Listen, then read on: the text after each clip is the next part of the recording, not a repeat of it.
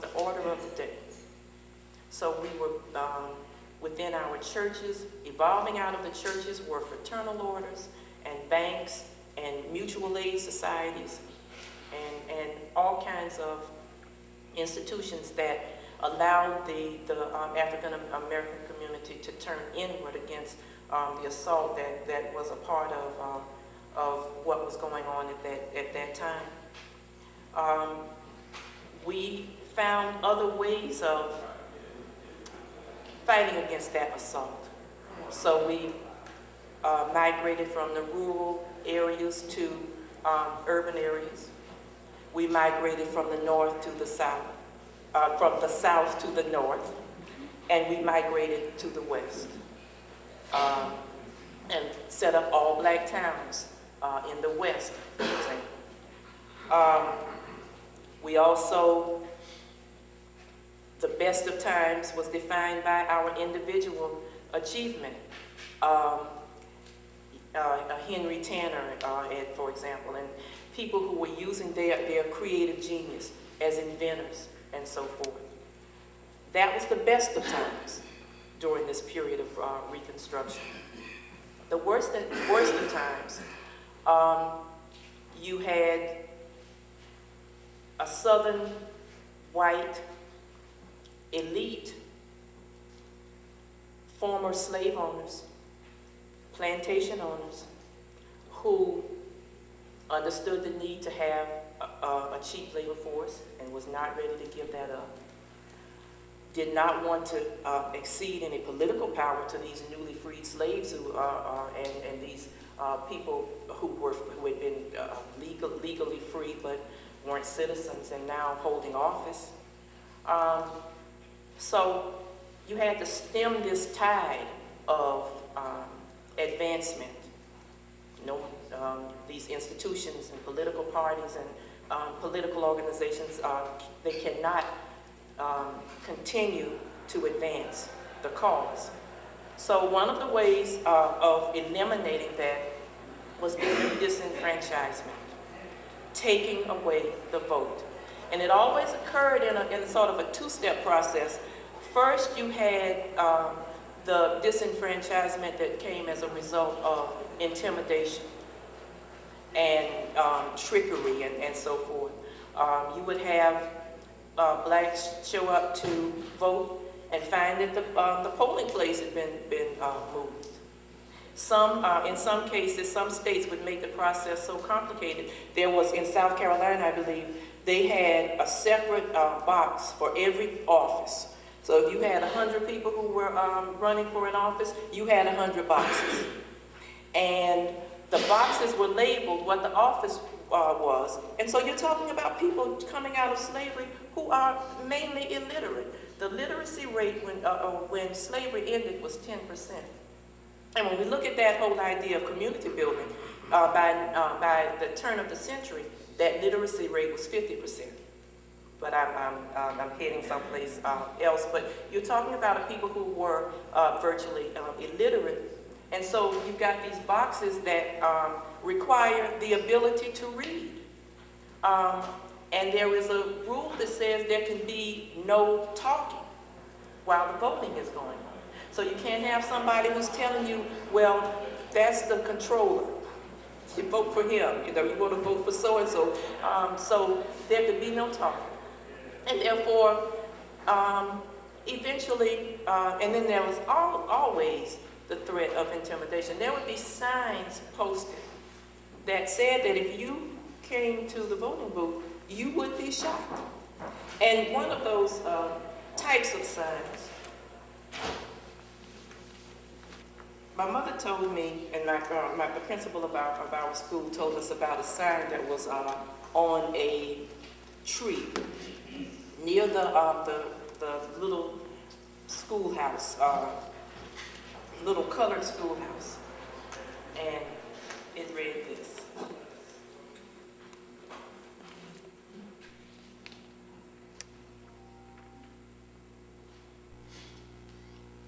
And it usually evokes a certain amount of laughter because it's hard, and so it's all right if you laugh. It's kind of hard to believe that that someone would go to the kinds of lengths that of intimidation. Their message is very, very clear. So disenfranchisement, first by intimidation, and with the rise of groups like the Ku Klux Klan and many other hate groups. Then there was Jim Crow, and sort of like disenfranchisement, it started out as de facto Jim Crow or segregation.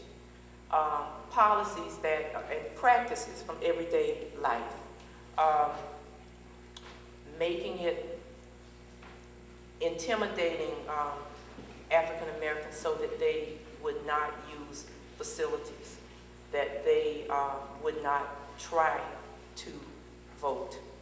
And eventually, those practices became laws that made it illegal for blacks to ride in the certain cars along with whites. And these practices, whether they were de facto or de jure, were intended to humiliate, to take away your feeling of being a human being. I mean, you must be a horrible person if you are so vile that you can't use the same bathroom as somebody else. And that was the message, that you must be so vile that you are not worthy of holding office, getting an equal education. And disenfranchisement was the first means. Education became the second means of creating this Jim Crow separate society. So then the laws began to be very plain about separation of the races by school. The first means was the miscegenation laws, that black and white could not marry. Second was education. And then the third one was transportation, sort of in that order, with disenfranchisement being sort of the bedrock of all of this. And then along came lynching, intimidation, and other acts of violence that would drive both the de facto and the de jure practices in America. And within these worst of times, there was a second slavery.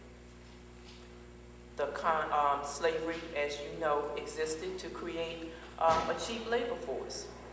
So you need a continuing labor force. You no longer have your slaves. So you've got to look for systems that allow you to serve, to get the same gains you got from slavery, but in another way. And one of those was the convict leasing system. So you have law enforcement, sheriff, constable, whatever he was called, and you let him know, I've got these 40 acres over here that I need tilled, and I need some workers. And so because of the corruption of that time, you had these people who were making deals to get a certain number of convicts, and those convicts, no crime had to be committed, and women were taken as convicts as much as men, and that meant that they had to bring their children. So you had a system that supplied this farmer, this landowner, with cheap labor, or to work in the mines, to work on the farms, any number of work in the road gangs. So you had a cheap labor supply of people, mainly formerly slaves, who were in a second slavery. That other form that became a second slavery was the sharecropping system. Again, you need a cheap labor supply. And you've created laws that make it impossible for these newly freed slaves to advance much farther than you will allow. So you're limiting their education, and you're attempting to give them an inferior education that you call separate but equal. And you're attempting to degrade and humiliate them to the point that most of them don't even feel that they are worthy of holding political office and those things that were coming their way as they were advancing through the system. And so they come to accept that they are probably going to have to work for the plantation owner, their former master. And they come to accept that the only jobs that they have been trained for that exist, because on the plantation, I mean, they were trained, they had a variety of skills, but in this attempt to take away as many rights and to create this second class citizen, they found themselves having to accept sharecropping as a way of feeding their families, keeping their families together. Because with Reconstruction, you found that you had, because marriage had been denied, many of them, you had more blacks who were forming families because they were now exercising their right to marry. And you had more of those blacks who had been married and who sold away, who were coming back to try to find those families that they had lost. So we were building strong communities and strong families.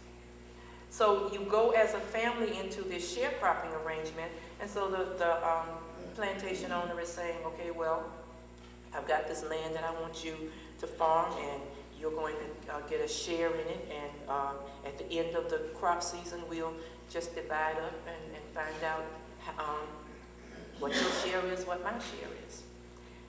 And so, and I know you need a hoe and some kind of rake, and you need some seeds, and you've got to feed your family, so you need some a slab of bacon every now and then, and you need some sugar and staples. So you just go on down to the to my store, and you get all of that. And again, we'll settle up at the end of the crop season. And so you go into this arrangement. At the end of the crop season, you go in and the landowner tells you, well, you have, your share is $150. And my share is $125. See, you in better shape than I am. However, and that was that however that created the second slavery. Because when you got finished paying for the rake and the seeds and the slab of bacon and so forth, your share is now minus $10.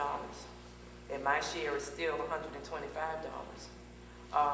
But that's okay, because next year we can get caught up. And so you find yourself going deeper and deeper and deeper into this second kind of slavery.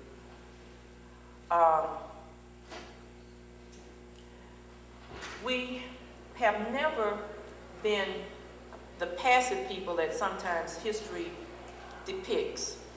So you see this group of African Americans who were victims and who sat idly by and let these things happen to them. And what concerns me is that that's the way our children see us too. They ask us, why did they make us slaves?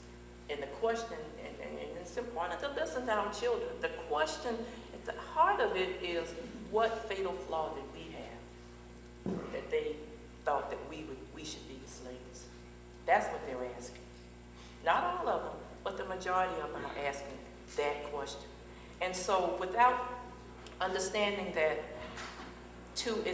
the community building that was taking place, it's establishing the schools, the historically black colleges and universities, that was a form of protest. Establishing the churches, and during slavery, the churches were a major part of the Underground Railroad and the abolitionist movement. The fraternal orders, the Masons and Prince Hall Masons and so forth, that was a part of the protest. Protest organizations, those some of which that evolved into the NAACP and so forth, that was a form of resistance. The whole idea of leaving the South and saying, If I've got to live under these conditions, then I will not live here, and leaving, going to urban areas, going to the north, going to the west. That was a statement of protest.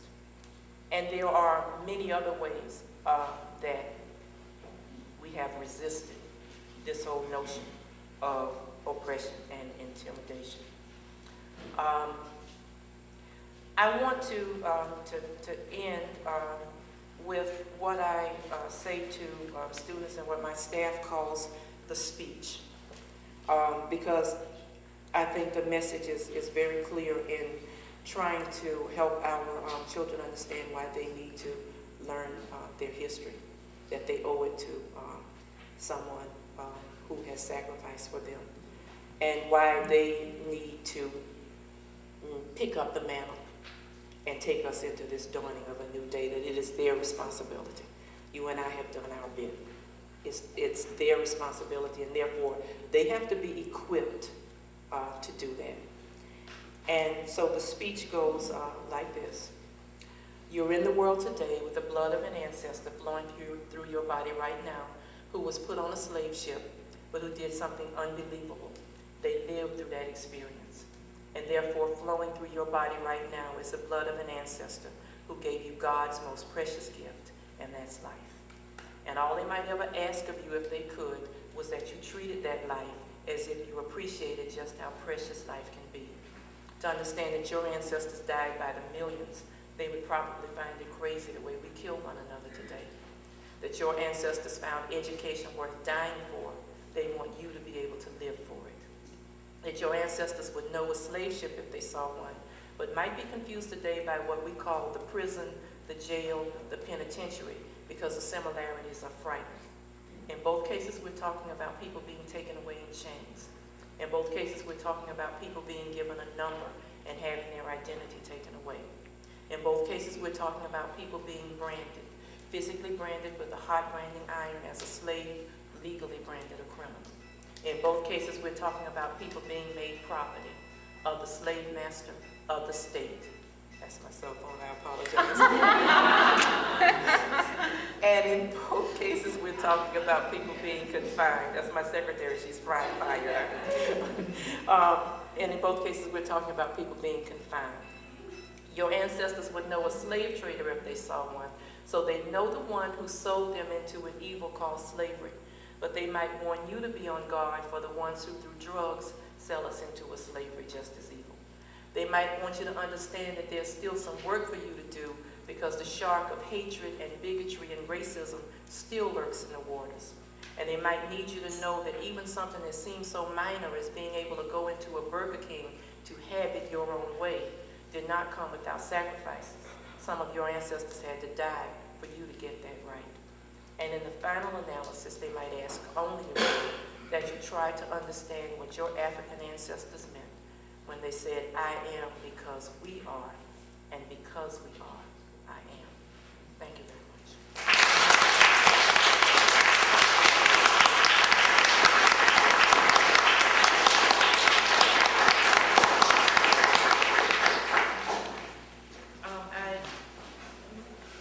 I brought a few things.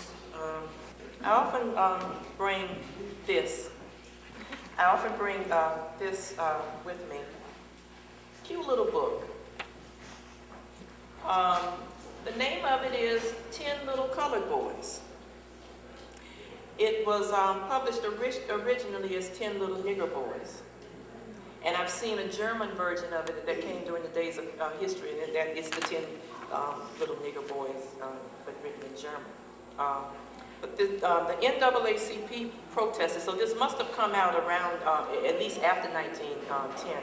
They protested against the book itself, and the name was changed to 10 Little Colored Boys. And when you look at it again, it seems very, very cute. Cute little concept. You turn the pages, and turn page 1, and or 2 or 3 or whatever, and Could you hold it up a little bit? the head, flips over to the next side, and you keep turning pages, and when you finish, all 10 of the little heads are over on the other side. But this book, and the reason the NAACP and others protested was this book was designed to show these 10 little boys being killed in progressively more violent ways. And being killed because they deserve it and because they're stupid. So you got 10 little colored boys sitting in a line. Here it comes over. One slid off the roof, then there were 9. 9 little colored boys fished with worms for bait. 1 fell in the river, then there were 8. 8 little colored boys flying up to heaven. 1 tried to parachute, then there were 7. 7 little colored boys doing circus tricks. 1 teased an elephant, then there were 6. 6 little colored boys found honey in a hive. 1 tried to pet a bee. And stupid, they deserve to be killed. Then there were 5. 5 little colored boys heard a lion roar. 1 didn't run in time. Then there were 4. 4 little colored boys started out to ski. 1 hit a snowman. Then there were 3. 3 little colored boys cooked some chicken stew. 1 ate the pot full, then there were 2. 2 little colored boys playing with a gun, thought it wasn't loaded, then there was 1. 1 little colored boy thought it would be fun to settle down and marry, then there was none. He had a family of colored boys, and then, before very long, there were 10 of them again. So we're stupid and very prolific. We breed like rabbits. When I talk to parents about this, I use this as a segue into Tavis Smiley's website, where he talks about racist video games. Again, cute little book, and we're talking about games. Now, our children play on the computers and all of these other devices, and they're playing games. But these racist video games, you win points based on the number of niggers, Jews, and spics you kill. And there are sites where we think we're sending our child to the site to learn about Rosa Parks and do a paper for a class. And those sites are designed solely to lure our children into them. And then the message becomes killing a nigger, Jew, or a spick. And particularly women, you would be amazed. Check it out at how many sites there are that advocate violence against women. And again, many of them start as these innocuous sites that our children can go to and get a source of information. So another reason that we have to be very, very zealous as parents and teachers and mentors, and we know that. I'm not here to preach to you. But we have to always be on the lookout when we're ready to dismiss that kind of hatred. It's important for us to look at the forms that this hatred comes in and how it can come at us in ways that we can't even imagine. And the internet, as powerful a tool as it is also a cause for anguish for us, something that we have to be very, very zealous about and watch and guard closely. And that's the good and the bad of technology. That for every good there is an evil that goes along with it. And so whenever I hear someone so grandly dismiss hatred, and I know the dangers of that to someone's self-esteem,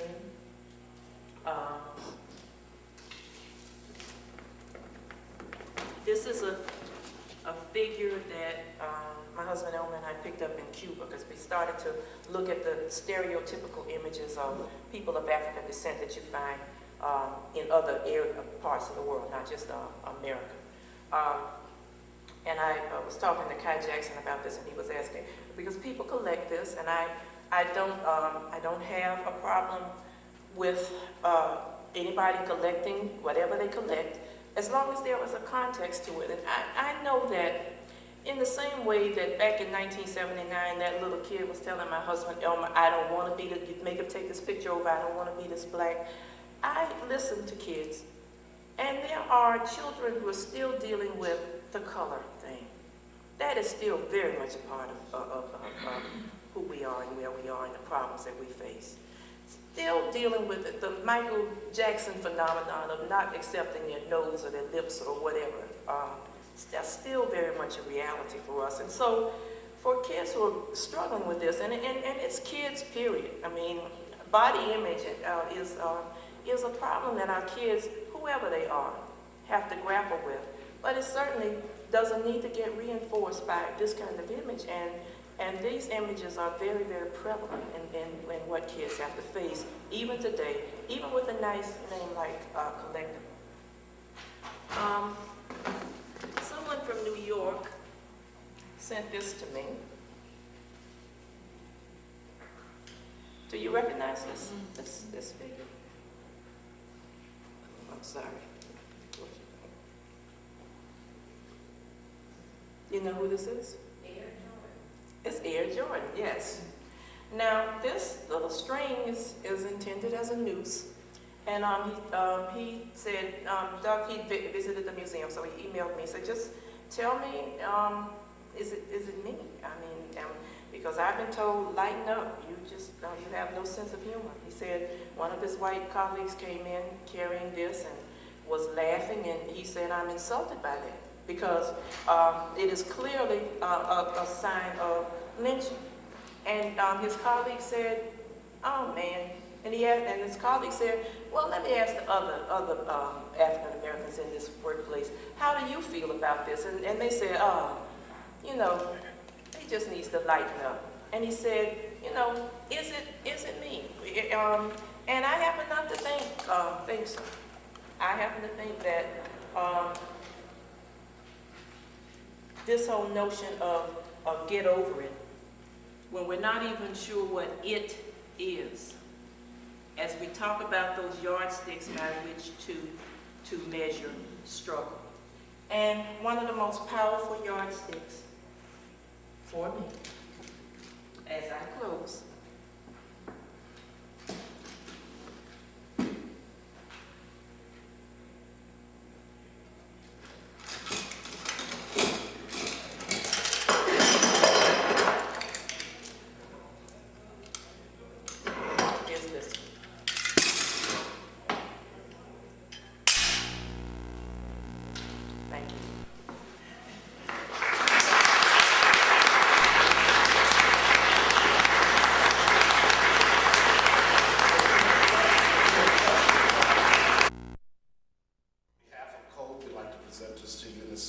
presented to Dr. Joanne Martin in appreciation for your participation in Human Rights Day, Cove, February 5th, 2008.